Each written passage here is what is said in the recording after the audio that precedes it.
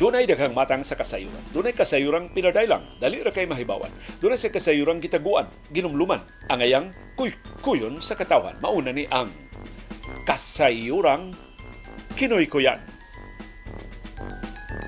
Dunay posibleng modagan pagkamayor sa dakbayan sa Subo. Way problema ang iyang politikanhong partido. Ang ilang organisasyon lig-on kaayo. Karaan na ni nga ang ilang grupo o daghanang napadaog sa importante nga mga pwesto, wa gyoy question sa kasolido sa suporta kung madayon siya sa pagkandidato. Pero ang labing dako niyang problema, di siya acceptable bisan sa mga sakop sa partido nila. Tungod sa personalidad ining opisyala, ikigkigliog, dili mo tabang o mga problema. Ang labing nireklamo batok niya, mao ang mga barangay kapitan ning dakbayanta. Sigos mga barangay kapitan, ilan ning gisangat ang ilang mga problema, giyango-yango lang sila ining opisyala, wa gikatabang ngadto nila. Mao na nga ang opisyal gikumbinser sa pangu sa ilang partido nga mo'y mudagan pagkamayor sa dakbayan sa Subo kay nibilib siya sa iyang credentials o sa iyang mga plano o tinuod yun sa taparay sa ubang mga posible nga mga kandidata o kandidato, siya mo'y mutumaw nga usos labing takos nga mo mangu sa atong pinangga nga dakbayan sa Subo. Pero ang problema sa mga barangay kapitan, lisod kuno kayong duulon kining politiko nga atong gihisgutan. Dugay naman kuno ni siya sa katungdanan, ila kunong adtuon sa iyang buhatan, usay makasuroy siya sa iyang Pinoy-anan, ilang suginlan sa ilang suliran, igo lang kuno sila nga yangoon pero way tabang.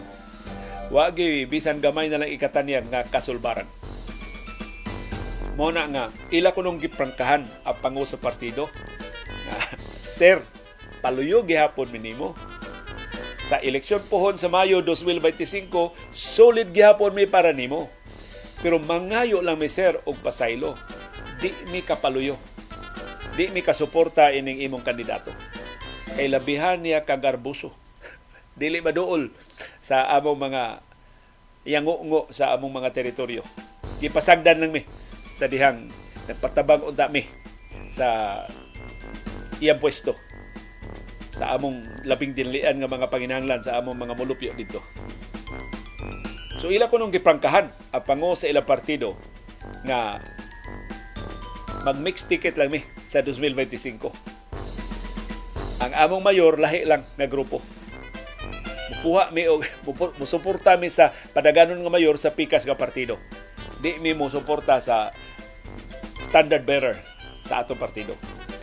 Ang ila ko nung napilian, murag siguro nang mudagan pagkamayor sa dakbayan, kay ilabihan ko nung kakugihan. Musuroy ko no bisan sa labing bukid nga kabarangayan. O bisan unsa kuno ilang isang at nga suliran, duna jud kuno ikatanyag nga kasulbaran. Hilabihan jud kuno kamatinampangon. Bisan kung dili pa ina nakataas ang iyang nahuptan nga posisyon.